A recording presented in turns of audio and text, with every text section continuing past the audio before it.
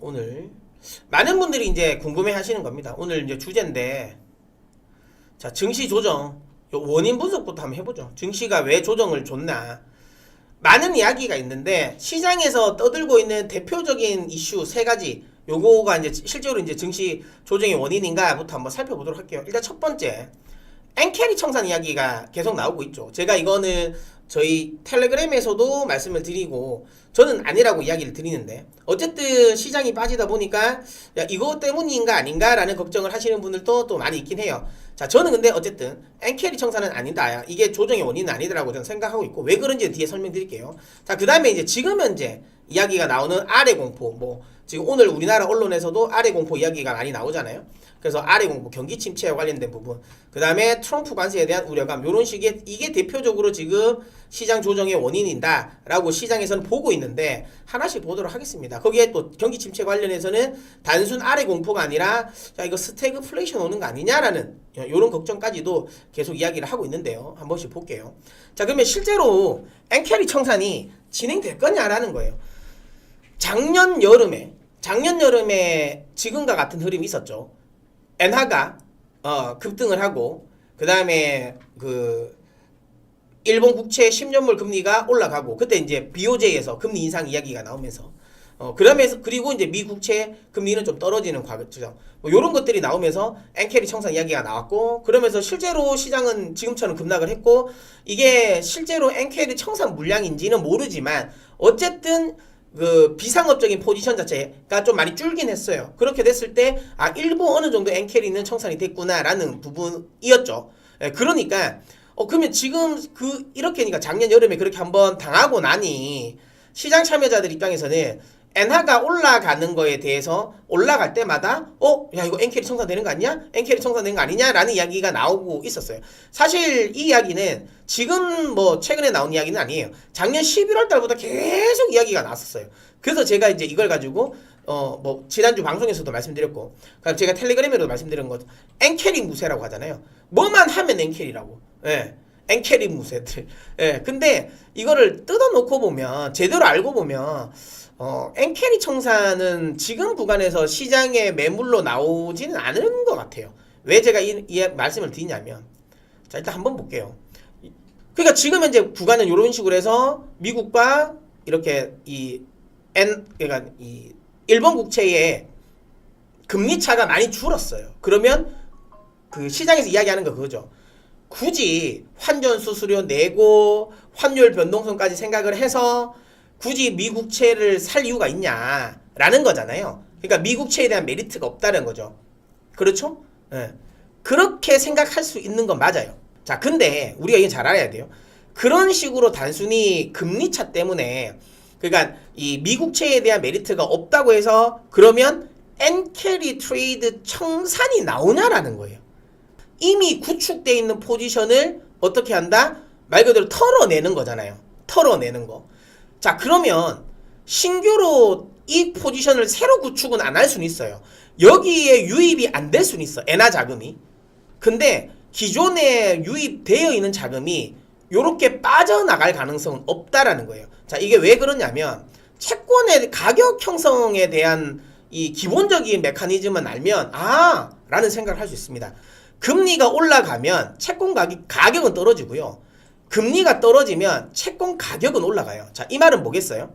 이미 여기에 포지션을 구축하고 있는 자금들은 최근에 미 국채 금리가 떨어진다라는 말은 자기들이 처음에 투자했던 채권의 가격이 올라간다는 말이에요.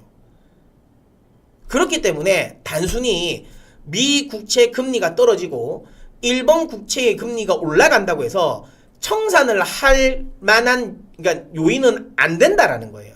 왜? 받는 이표는 줄 수 있어도 그만큼 채권 가격이 올라가기 때문에 얘들 입장에서는, 기존에 투자한 입장에서는 굳이 청산할 이유가 없는 거예요. 신규로 미국채에 대한 수급이 안 들어올 수는 있어도 기존에 있는 자금이 빠져나가지는 않는다는 소리예요.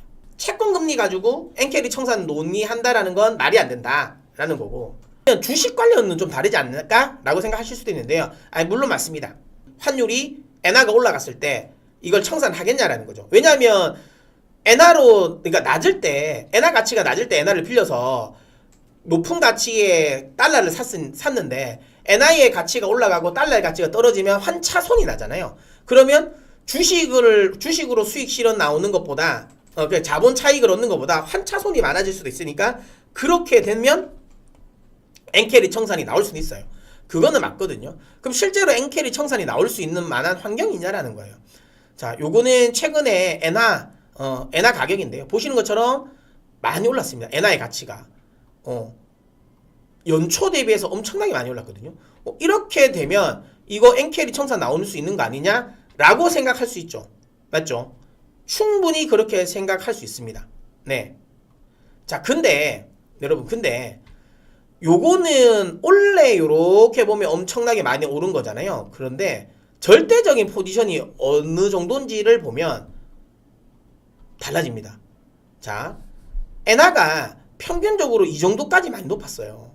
꽤 높게 오다가 팬데믹 이후에 이렇게 어마어마하게 지금 내린 거거든요. 어마어마하게. 그러니까 미국은 금리 인상, 연준은 금리 인상을 계속했고, 그 다음에 BOJ는 금리 인상을 안 했잖아요. 그러다 보니까 그런 이제 금리 차, 양국 간의 금리 차로 인해 가지고 환율의 격차도 확 커졌거든요. 그러면서 보신 것처럼 지금 엄청나게 많이 떨어져 있습니다. 최근에 많이 올라왔다라고는 하지만 보이시죠? 절대적인 가치는 여전히 엔화는 달러 대비 저평가예요. 여전히. 자, 그럼 이럴 수는 있죠. 어쨌든 여기서 이만큼 올라왔지 않느냐라는 건데요. 자, 그러면 예를 들어 엔캐리를 빌려서 자, 미국 주식을 여기서 빌려서 미국 주식을 산 사람이 있다고 칩시다. 그러면 지금 털고 나올 수 있을 수도 있어요. 엔캐리 청산을. 그러면 할 수는 있지. 그런데 여기서 포지션을 구축한 자금이 얼마나 많을까라는 거죠. 그렇게 많지는 않다는 거. 자, 대부분은 이런 데서 많이 했을 거예요. 이런 데서 많이 했습니다. 그리고 중요한 건 이 정도에 샜던 애들은 우리가 작년 여름에 엔캐리 이 정도 가격이 왔을 때 상당 부분 청산을 했다라는 거죠. 상당 부분. 여기 가격에서도 청산 안 한 자금이 이 정도 가격에서 청산을 하겠냐는 거예요. 엔캐리 청산을. 저는 이렇게 되면 의미가 없어요. 지금 자리에서 하면 환차손도 환차손이지만 중요한 건 이렇게 되면 자본 손실도 얻어요. 이제는 예를 들어 보세요. 내가 만약에 신규로 포지션을 여기서 구축을 했다면 작년 연말부터 해서 올 초에 미국 주식을 샀어. 그러면 다 손해예요. 다 손해. 그러면 환차손도 보지만 자본 손실도 본단 말이야. 그럼 이 구간에서 적극적으로 엔캐리 청산을 할까요? 물론 엔화가 이렇게 구조적으로 상승할 거라고 생각하고 미국 주식이 이렇게 구조적으로 추세적으로 하락을 할 거라면 지금이라도 털겠죠. 아니, 그렇게 생각한다면 지금이 엔캐리 청산이 나오는 게 맞습니다. 근데 저는 그렇지 않거든요. 미국이 추세적인 하락을 하지 않을 거라고 보고 있고요. 엔화의 가치도 물론 여기보다는 높은 수준까지 올라올 수는 있다. 하지만 예전만큼 이렇게까지 올라올 거냐라는 거죠. 이 위치까지 올라올 수 있을 거냐는 거죠. 쉽진 않을 것 같다. 이렇게 보는 거죠. 자, 그 다음에 이제 경기 침체와 관련된 부분입니다. 그럼 실제로 미국의 경기는 침체가 될 것이냐라는 건데요. 지난 주말에 발표된 고용지표인데 실업률이 올랐습니다. 그 다음에 구직자 수 역시도 지금 20만 건을 하회를 하면서 좀 부진한 흐름을 보이면서 경기 침체에 대한 우려감을 자극을 했어요. 자, 그런데 우리는 이걸 알아야 되죠. 실업률이 올랐음에도 불구하고 이게 그러면 우리가 걱정할 만한 수준이냐라는 거예요. 시장에서 걱정할 만한 수준. 고용시장이 망가졌어. 지금 경기 침체를 만들 수 있는 고용 환경이야 라는 생각을 할 거냐라는 거예요. 이 정도면 거의 완전 고용 수준이에요. 4% 초반이잖아요. 여전히 미국의 고용시장은 안정적이다라는 거고, 오히려 이 앞전에 3%대를 찍었을 때가 오히려 고용이 너무 핫했던 거죠.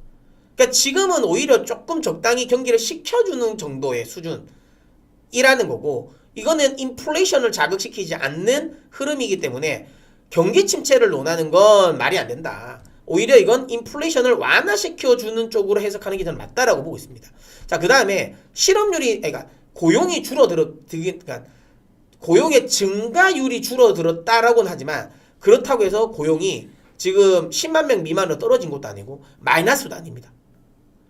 여전히 10만 명 이상 나오고 있고 어쨌든 지난달보다도 늘었어요. 이런 걸 감안했을 때 지금 이 지표를 가지고 우리가 미국의 경기 침체를 논할 수 있을까냐라는 거예요. 자, 그 다음 최근 들어서 이야기가 많이 나오는 거 애틀랜타 연은에서 발표되는 GDP 나우 예상치거든요. 지금 미국의 1분기 GDP 이거 안 좋을 거야. 원래는 이렇게 높게 나올 줄 알았단 말이에요. 야 이거 2%대 넘는 거 아니냐? 라는 이야기 나면서 그러면서 이제 인플레이션에 대한 우려감이 나왔었거든요. 근데 웬걸? 갑자기 이게 보이시죠? 마이너스예요. 마이너스 지금. 한때는 마이너스에서 거의 3%까지 떨어졌어. 2.8까지 떨어졌잖아요. 이렇게 많이 떨어졌다. 야 이거 경기 침체 아니냐? 라고 이야기하실 수도 있는 분들 계시지만 근데 요거는 GDP 집계의 오류죠. 그러니까 뭐냐면 왜곡 현상, 오류라기보다 왜곡 현상이죠. 뭐 때문에 이렇게 갔습니까? GDP를 그러니까 이 선정을 할 때 GDP 값을 매길 때 많은 요소들이 있는데 그 중에 수출 수입도 중요하거든요. 그러니까 수출이 많이 되면 GDP가 늘어나는 거고 수입이 많아지면 GDP는 떨어지거든요. 자, 근데 지금 이렇게 GDP가 이렇게 떨어진 거에 거의 80%의 이유는 금의 수입입니다. 그러니까 금 수입. 미국으로의 금의 수입이 늘어났기 때문인 거예요. 이게 압도적으로 미국의 적자를 늘린 거고 이거로 인해 가지고 미국의 GDP가 급락을 한 거예요. 미국의 실질적으로 뭔가가 그러니까 이 경기가 침체가 돼서 GDP가 떨어진 게 아니에요. 자, 그러면 왜 금은 왜 이렇게 갑자기 많이 그러니까 수입이 됐지? 라는 거는 아시는 분 아시겠지만 트럼프가 지금 관세를 매기려고 하잖아요. 근데 거의 무차별적인 부분에서 관세를 매기잖아요. 품목에 뭔가 함정적이지 않고. 그러니까 대부분의 미국의 주요 IB들 같은 경우는 투자은행들은 금을 자기들 창고에 많이 보관하지 않아요. 대부분은 런던 쪽에 LME 쪽에 런던 거래소에 금을 많이 맡겨놨거든요. 금을 많이 맡겨놨는데 이게 자칫 잘못하면 이런 거죠. 금에도 관세를 때려버리면 그래 되면 자기들이 맡겨놓은 거를 예를 들어 자기들이 필요해서 미국으로 가지고 올 때 관세를 내야 되잖아요. 그럼 혹시라도 그럴까봐 미리 맡겨놓은 걸 계속 땡겨서 주문해서 야 빨리 가져와 해서 미국으로 지금 이제 계속 수입하고 있기 때문에 자기들이 맡겨놓은 걸 미국으로 다시 가지고 오는 과정. 이 과정에서 그러니까 무역수지 적자가 급격하게 늘어난 거예요. 그러면 이건 경기와는 무관한 흐름인 거잖아요. 그러니까 단순히 이게 마이너스로 빠졌다라는 이유만으로 경기 침체가 온다라고 이야기하는 건 이거는 흔히 말 지표에 대한 해석의 오류가 되겠죠. 최근 들어서 이제 ISM 제조업 지표와 관련된 부분이 야 이것도 신규 주문이 많이 줄었어. 여기 보면 이게 ISM 제조업 지표인데 여기 신규 주문이 많이 줄은 걸 가지고 야 이거 경기 침체 오는 거 아니냐라고 걱정하시는 분도 계시지만 실제로 미국 같은 경우는 그러니까 경기의 선행성을 볼 때는 제조업 지표를 보는 게 맞긴 해요. 앞으로 경기가 안 좋은 거 아니냐라는 걱정을 할 수는 있어. 맞아요. 특히 신규 주문이 줄었다라는 거. 근데 이거는 계절성으로 봐야 돼요. 왜냐하면 이제 한파가 엄청나게 좀 그 겨울에 이번에 많았다라는 점. 그 다음에 그 LA 산불과 관련된 부분인 뭐 요런 것들이 그런 것들을 감안하면 요거 2월 같은 지표가 이렇게까지 신규 주문이 줄어들었다라는 게 뭔가가 흔히 말하는 뭔가 이 구조적으로 미국의 경기 자체가 나빠서 이렇게 나왔다라고 보기 어려워요. 요거는 계절성이라고 봐야 되는 거고요. 실제로 미국의 이제 한 70% 산업의 70%를 차지하는 서비스업 같은 경우는 이게 이제 그러니까 이게 그러니까 그러니까 경기에 동행을 하죠. 동행성 지표거든요. 그러니까 여기 이제 이 서비스업 지표 같은 경우는 보시는 것처럼 굉장히 좋습니다.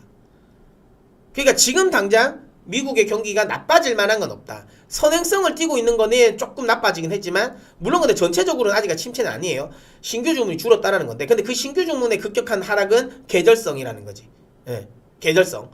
우리가 흔히 속된 말로 이제 일회성이라고 보면 되는 거고 일회성이니까 연속성을 좀 더 봐야 된다라는 거고, 실제로 경기의 동행성을 나타내고 있는 서비스업 지표 같은 경우는 지금 당장 경기가 좋으냐 안 좋냐를 나타내는 거는 아주 좋다라는 거죠. 그런 걸 보면 지금 현재 그러니까 경기 침체를 우리가 아래 공포를 걱정해야 되냐라는 거야. 통계적으로 봤을 때, 그러니까 지표적으로 봤을 때 그렇게 걱정할 만한 수준은 아니라는 거죠. 여기 보면 경기 침체에서 스태그플레이션에 대한 우려감을 많이 하잖아요. 만약에 우리 흔히 말하는 리세션은 괜찮아요. 뭐 괜찮다기보다 리세션에 대한 우려감은 상대적으로 해결할 수 있는 방법은 많거든요. 근데 이 스태그플레이션은 정말 손대기 어려운 거예요. 스태그플레이션은 그거잖아요. 경기는 침체가 됐는데 물가는 안 떨어진다는 거야. 맞죠? 이게 정말 뭐 거의 필살기 같은 뭐 금강불개 같은 거야. 뭘 깰 수가 없어. 이거를. 맞죠? 자, 그러면 만약에 이걸 봤을 때 어떻게 대응할 거냐라는 건데요. 근데 우리는 그걸 잘 알아야 돼요. 스태그플레이션이 진짜 오냐라는 거죠. 뭐 올 수도 있지만 진짜 올 가능성이 있냐? 확률적으로 하면 가능성이 거의 희박하다는 거예요. 자, 우리가 알고 있는 이 스태그플레이션이라는 거, 그러면 우리가 역사적으로, 그러니까 1930년대부터 해서 대공황 그때부터, 그러니까 대공황을 기점으로 해가지고 지금까지 해서 실제로 스태그플레이션이라고 불릴 만한 수준의 이런 흐름이 연출됐던 게 얼마나 될까요? 잔잔바리로 있었던 거 빼고, 우리 그걸 그러니까 실제로 스태그플레이션이 나와가지고 글로벌 경기가 휘청했을 정도의, 예. 엄밀히 따지면 딱 한 번 있었어요. 그러니까 그러니까 1930년대부터 지금까지 해가지고 시장에서 이걸로 인해서 글로벌 전체 경기가 휘청일 정도의 스태그플레이션은 딱 한 번 있었어요. 딱 한 번. 역사적으로. 그때가 언제예요? 1973년. 예. 1973년. 이때가 뭐 있었어요? 이때? 예. 오일 쇼크. 오일 쇼크가 있을 때 딱 한 번 나왔어요. 그때가. 그러니까 이때가 아시는 것처럼 중동 전쟁이었잖아요. 이스라엘이랑 뭐 이집트랑 해가지고 한 번 붙었잖아요. 그러면서 이제 서방에서 이스라엘을 지원을 하니까 이제 오펙 국가들, 중동의 이제 오펙 국가들이 야, 나 너희 서방에 지금 석유 안 팔아. 우리 감산할 거야. 라고 하면서 엄청난 충격을 받은 거잖아요. 그러면서 스태그플레이션이 나온 거예요. 그러니까 공급적인 부분에서 강제적으로 이게 나온 거야. 그러니까 말 그대로 오일이란 걸 기름을 안 쓸 수는 없잖아요. 안 쓸 수 없는 상황에서 그러니까 기름 생산량이 줄었어. 그러면 당연히 기름 가격은 천정부지로 오를 수밖에 없는 거야. 근데 글로벌적으로 그때 당시 아까 말했지만 중동 전쟁으로 인해 가지고 그러니까 소비 심리는 확 줄었어요. 기름값이 높아지니까 다른 걸 줄여야 될 거 아니에요. 기름은 무조건 써야 되니까 기름값이 올라가면 이거를 다른 거를 줄여서라도 기름을 써야 되니까 그러면서 전체적으로 글로벌적으로 어떻게 됐다? 예. 경기 침체가 온 거야. 당연히 그러니까 소비는 줄어들고 그러니까 경기는 침체가 됐는데 유가는 안 떨어지니까 인플레이션은 올라간 거지. 이게 이게 스태그플레이션이거든요. 근데 그때를 제외하면 한 번도 그런 적이 없었어요. 왜? 이론적으로 스태그플레이션은 나올 수가 없는 거예요. 여러분, 소비 심리가 꺾이면 무조건 소비를 안 해요. 소비 심리가 꺾였다는 건 소비를 안 하는 거잖아. 소비가 많이 되는데 어떻게 소비 심리가 꺾여요? 맞죠?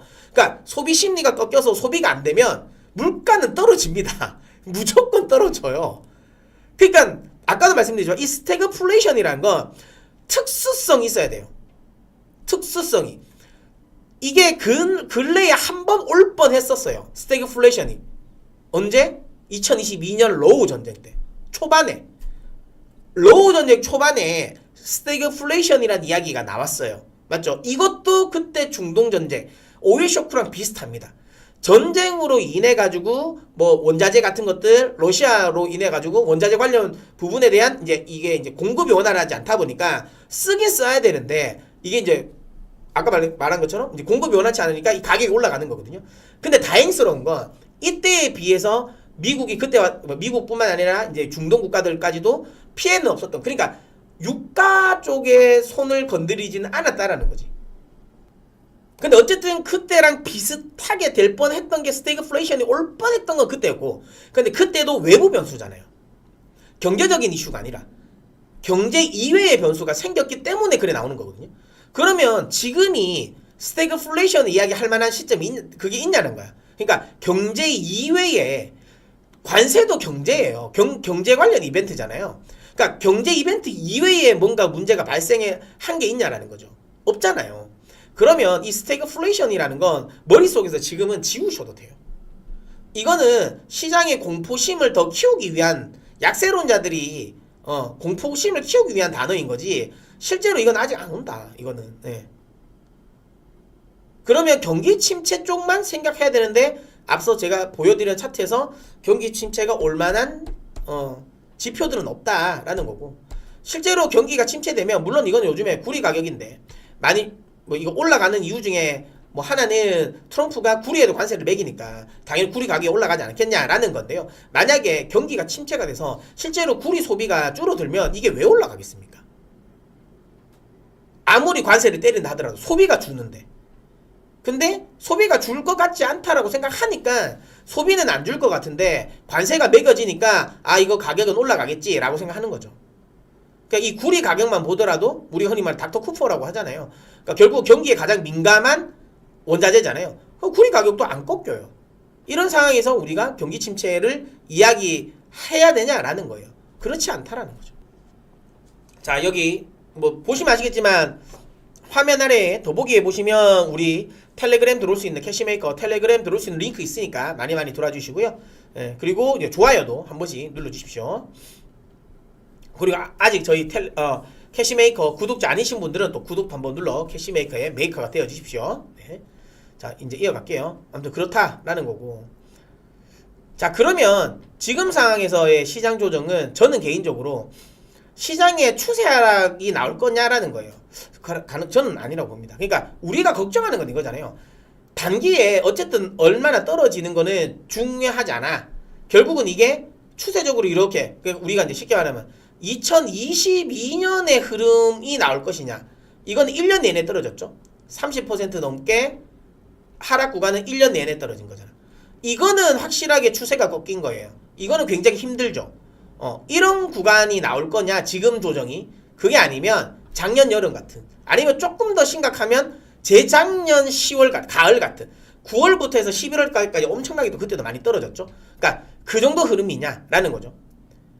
그러면 저는 지금은 2022년의 흐름이라기보다는 작년 여름 같은 2024년 이제 8월, 7, 8월 요때의 흐름 같은, 이때도 한 15% 빠졌죠. 고점 대비. 지금 딱 나스닥 기준으로 한 이 정도 빠졌잖아요. 그러니까 요 정도의 흐름이지 않을까라고 생각을 합니다. 네. 무슨 말인지 아시겠죠? 자, 왜 제가 이렇게 말씀드리냐면, 지금은 아까 말씀드린 리세션도 아니다.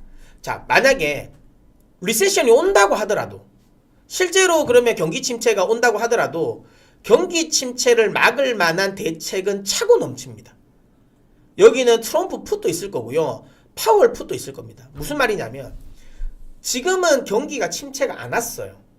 그리고 아까도 말씀드렸죠. 이게 스태그플레이션이 아니라면 통화정책이라든지 재정정책을 얼마든지 사용할 수 있어요. 지금은 트럼프도 그렇고 그 다음에 연준도 경기 침체가 아니다라고 생각을 하니, 경기 침체가 아니라고 생각을 하니까 여기에 대해서 뭐 드라이브를 안 걸잖아요. 자, 근데 만약에 이걸 경기 침체가 될 거라고 생각하면, 일단 첫 번째, 트럼프는 지금까지 국채 발행을 트럼프가 당선되고 나서 적극적으로 하지 않았어요. 근데 이제 재정정책을 좀 적극적으로 펴겠죠. 여러분, 지금 트럼프 당선되고 나서 지금, 그러니까 뭐 11월 달부터 해야 되겠죠. 11월 달부터. 그러니까 뭐 취임은 1월 21일 날 하긴 했지만 실제로 트럼프가 이제 당선된 시점은 이제 11월이니까. 그럼 그때부터 해가지고 지금까지 이야기 나온 것 중에 대부분 다 관세예요, 관세. 관세 관련 이슈지 뭔가 내가 돈을 써가지고 뭐를 더 하겠다라는 거 하나도 없었어요. 그러니까 재정정책에 대한 부분은 하나도 안 나왔는데, 실제로 경기 침체가 나온다면 행정부, 그러니까 백악관을 통한 재정정책이 적극적으로 쓰여질 가능성이 높다라는 거고요. 자, 그 다음에 연준 입장에서는 카드가 많죠. 일단 지금 QT를 종료시킬 수 있죠.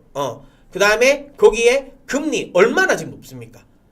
여기서 그러니까 내릴 게 엄청나게 많잖아요. 예를 들어 지금 기준금리가 막 1%야. 그러면 이게 한계가 있잖아. 내릴 수 있는 게. 카드가 쓸 수 있는 게 한계가 있는데 아니 지금은 뭐 4%대니까 엄청 높잖아요. 그러니까 이게 내릴 게 얼마나 많아요. 쓸 카드가 많다니까. 그러니까 연준으로 하여금 통화정책의 여유도 있고 재정정책에 대한 여유도 있어요. 그러면 실제로 경기 침체가 나온다 하더라도 대책은 차고 넘친다라는 거지. 아시겠죠? 네. 자, 그 다음에 지금 현재 구간은 극단적 공포 구간이에요. 이게 무슨 말이냐면 거의 바닥은 그러니까 투심이 최바닥이 왔어. 자, 이거는 우리 흔히 말하는 이제 탐욕과 공포 지수인데 이렇게 올라갈수록 탐욕, 그러니까 시장에 흔히 말하는 그 과매수 구간이라고 생각하시면 되고 매수를 하겠다라고 하는 사람들이 많아진다라는 거고 이게 이제 밑으로 갈수록 익스트림 피어 구간으로 갈수록 이제 극단적 공포 그만큼 시장을 두려워하는 사람이 많다라는 건데요. 여기 보이시면 아시겠지만 대체적으로 여기가 주가의 바닥이고요. 대체적으로 이렇게 왔을 때가 주가의 고점이란 말이에요. 그러면 지금은 여기 보이시죠? 여기 보이시는 것처럼 그러니까 작년 여기죠. 여기 나온 것처럼 그러니까 여름 그 엔캐리 청산 이야기가 나왔던 딱 그 시점 수준까지 떨어졌어요. 오히려 그거보다 더 떨어졌죠. 그러니까 심리만 딱 놓고 보면 투심만 놓고 보면 지금은 바닥이라는 거죠. 물론 이 흐름이 2022년의 흐름이라면 제 예상은 틀릴 겁니다. 근데 저는 그때 흐름과는 다르다 봅니다. 왜? 그때는 러우 전쟁이라는 외부 변수가 발생했잖아요. 근데 지금은 외부 변수는 아니라는 거지. 자, 그 다음에 이것도 보시면 빅스 지수인데 빅스 지수가 지금 27이거든요. 이게 공포 지수죠, 이것도. 자, 변동성 지수죠. 자, 근데 이게 빅스 지수의 10년 차트인데 여기 보면 요때를 제외하면 요때가 언제예요? 팬데믹 때입니다. 팬데믹 때. 자, 팬데믹 때를 제외하면 이 10년 동안 평균적으로 30, 빅스가 30일 때가 지수의 뉴욕 증시의 바닥이었을 가능성이 높아요. 그러니까 빅스 지수를 보고 투자를 한다면 빅스 지수가 30 부근에 왔을 때 뉴욕 증시, 미국 주식을 투자한 사람들은 대체적으로 80% 이상 성공을 했다라는 거지. 수익을 봤다라는 거야. 근데 지금 보세요. 지금 또 얼마 안 가면 30이에요. 거의 30 부근이죠. 그러면 이건 역시도 지금이 그러니까 증시의 바닥일 가능성이 높다. 정확하게 오늘이 바닥이에요, 뭐 어제가 바닥이에요 라고 말은 못해요. 하지만 어쨌든 지금 구간이 바닥 구간이라는 건 맞다는 거지. 바닥 구간이라는 거. 그러니까 여기서 그렇기 때문에 여기도 도망갈 이유는 전혀 없다라는 거예요. 아시겠어요?